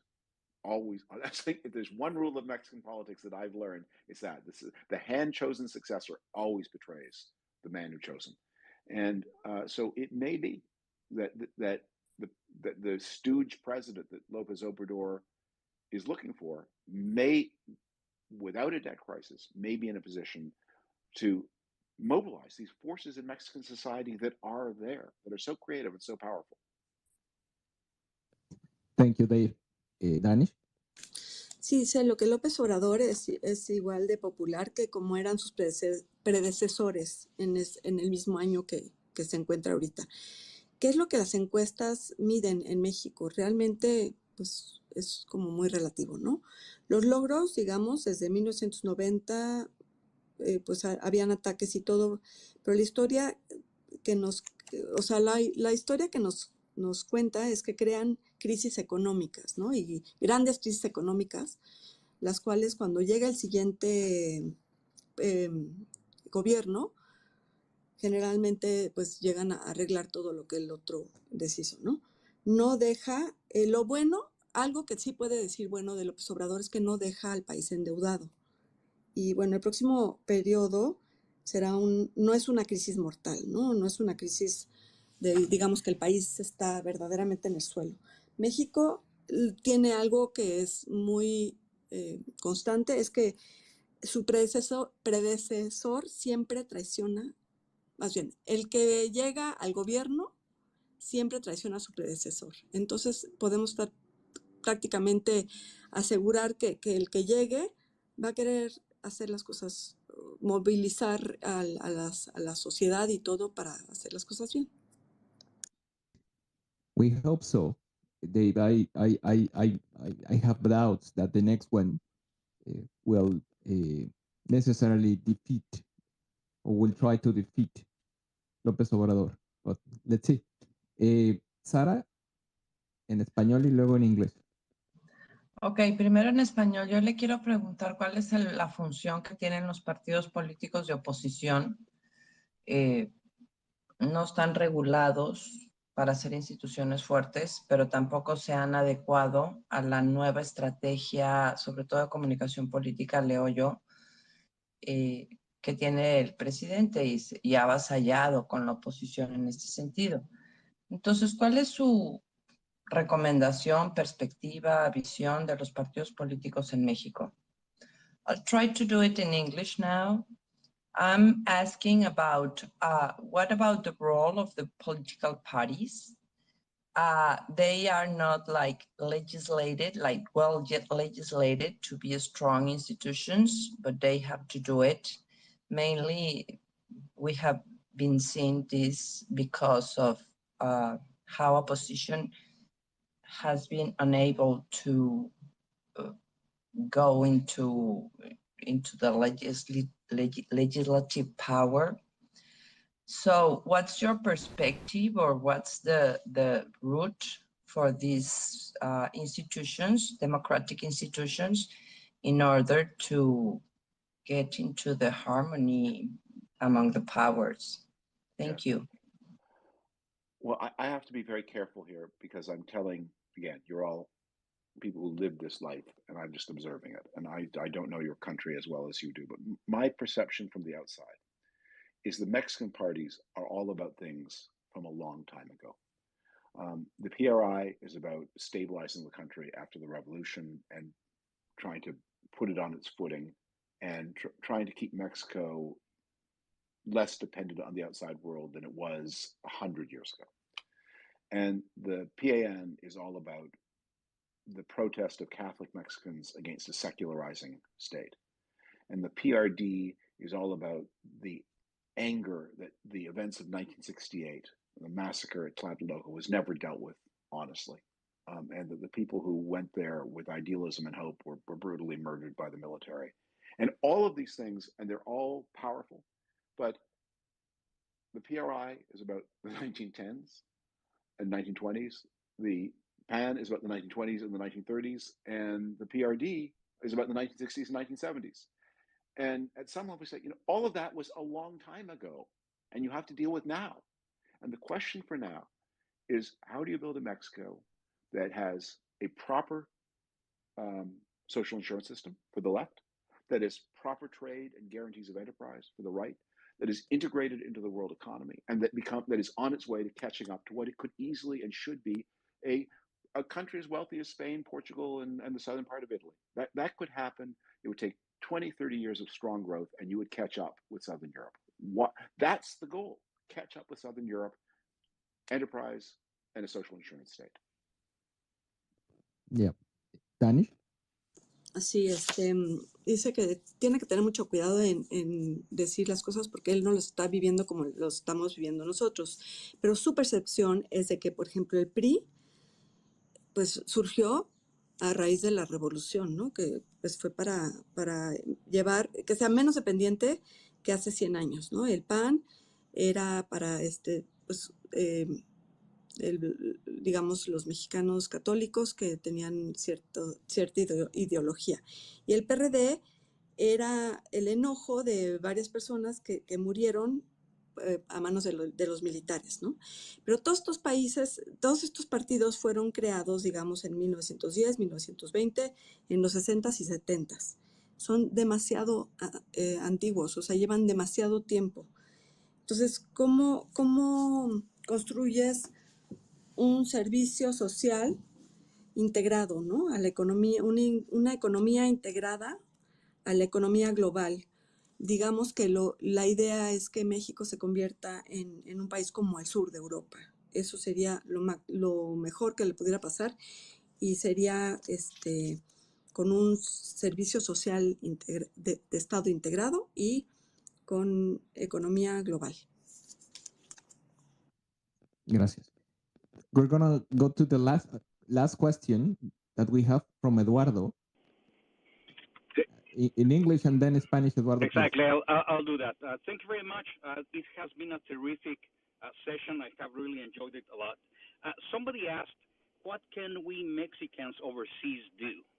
And you, David, Mr. Frum, you talked about the powerful media. I will tell you 7 things that I do and that I invite my fellow Mexicans to do also. Number 1, stay informed about what happens in Mexico and stay engaged. Just like we're doing right now, if there's a protest and you cannot go, you can help promote it and you can participate virtually, whatever you can do to stay engaged.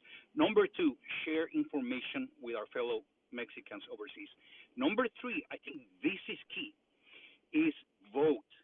We need to remember that Mexicans abroad have the right to vote in Mexican elections.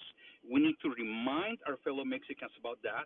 We need to remind them that they need to process their voting card, their INE, at their closest consulate or embassy. And they need to do that as soon as possible if they want to participate in the elections for 2024. Number 4, if you, like me, are a dual citizen, vote in U.S. elections also. And vote keeping in mind what's best for both the U.S. as well as Mexico. Number 5, contact your legislators. Don't be afraid of that. There's emails, there's phones, their addresses. You can do that. I have some of them in speed dial for me. And contact your legislators both in Mexico as well as your U.S. legislators.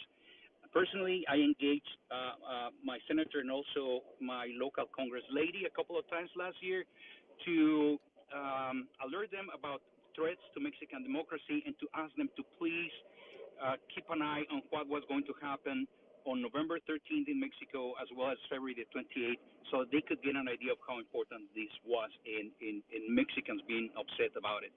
Number 6, if you don't know what to do or know what to do but you don't feel you have the time to do it, donate to those who know what to do and are actively engaged to that. I donate to a number of organizations that promote voting, that promote sensible gun control legislation, so that hopefully someday we can stop weapons from going illegally to Mexico. Organizations that do fact-checking, CPG that protects journalists all over the world, and so on. It's like 20 organizations that I donate to. I am not rich, and that's why I'm not rich, because I donate a lot. Number 7, this is the last one. Stay close to your embassy or Mexican consulate. They give you this service, many services. One of them is, as I said, they help you get your INE, your voting card. And they represent, one thing that I love about the consular service is that they represent the state. They represent Mexico. They do not represent the government in turn. They do not represent the party in turn. If you are Mexican, that suffices for you to get help from them, to get support from them. They don't care if you are aligned with any particular ideology, and at least in theory, they are neutral. I have had very good experiences with amazing people in the consular system. Yes, they have flaws, but they are great. So those are the 7 points that I wanted to mention to offer to my fellow Mexicans abroad. Wow, ahora en español, sociedad. Bueno, mira, yo creo que es No, más un ya. mensaje, ya, es un mensaje más Sí. para la comunidad. No te preocupes. Sí. Gracias. Pablo. No, ya me tengo que ir, estimados. Me gustaría despedirme. Adelante, contigo nos despedimos y cierras. Despídete y cierro yo. David, it was a pleasure. I'd like to thank you personally and in the name of Sociedad Civil and all the Mexican people listening to you. It was a great pleasure, and I'm very thankful to you, sir. I learned so much from this conversation. I thank you for the hospitality.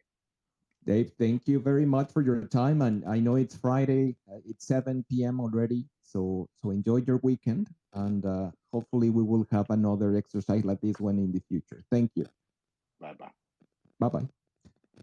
Bueno, pues a todos los que nos acompañaron, muchas gracias. De verdad, muchas gracias. Este fue un ejercicio nuevo. No, nunca habíamos hecho un espacio en inglés y español. Sé que la verdad aprendimos en la marcha.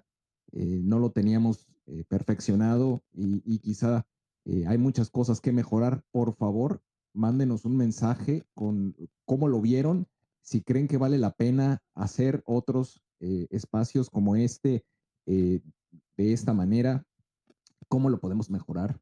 La verdad es de que podríamos tener acceso Dave es un ejemplo, pero podríamos tener acceso a muchas personas si creemos que esto añade valor.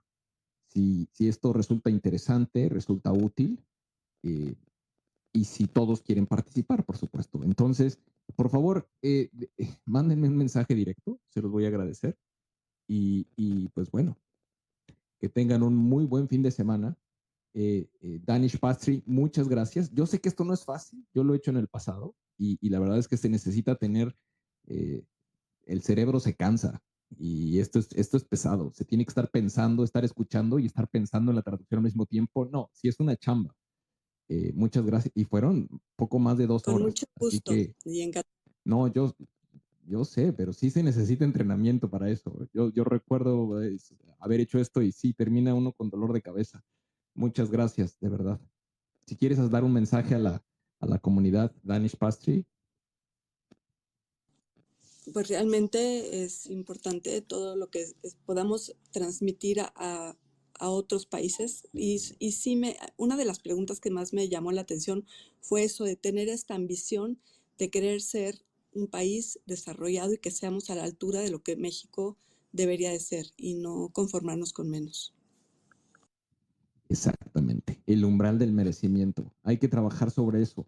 Les mando un fuerte abrazo. La semana que entra vamos a estar con casas encuestadoras, así que preparen sus preguntas sobre los recientes resultados de las encuestas y por qué salieron las diferencias y por qué cada vez se cuestionan más a las casas encuestadoras y cuáles son las encuestadoras que son reales, las que son patito, las que entregan resultados a modo, las que preparan la encuesta, los resultados de la encuesta de acuerdo con el cliente.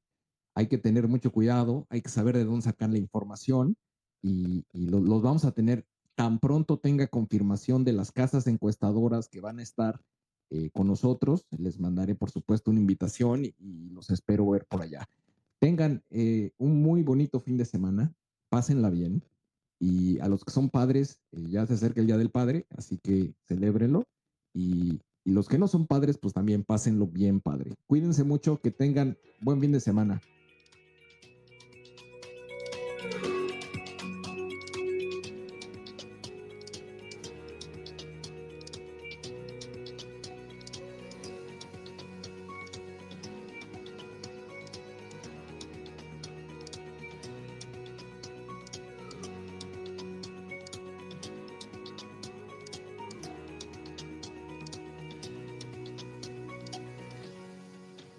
Síguenos en nuestras redes sociales. Estamos presentes en Twitter, Facebook, Instagram, TikTok, Spotify y YouTube. Encuéntranos como @SocCivilMX.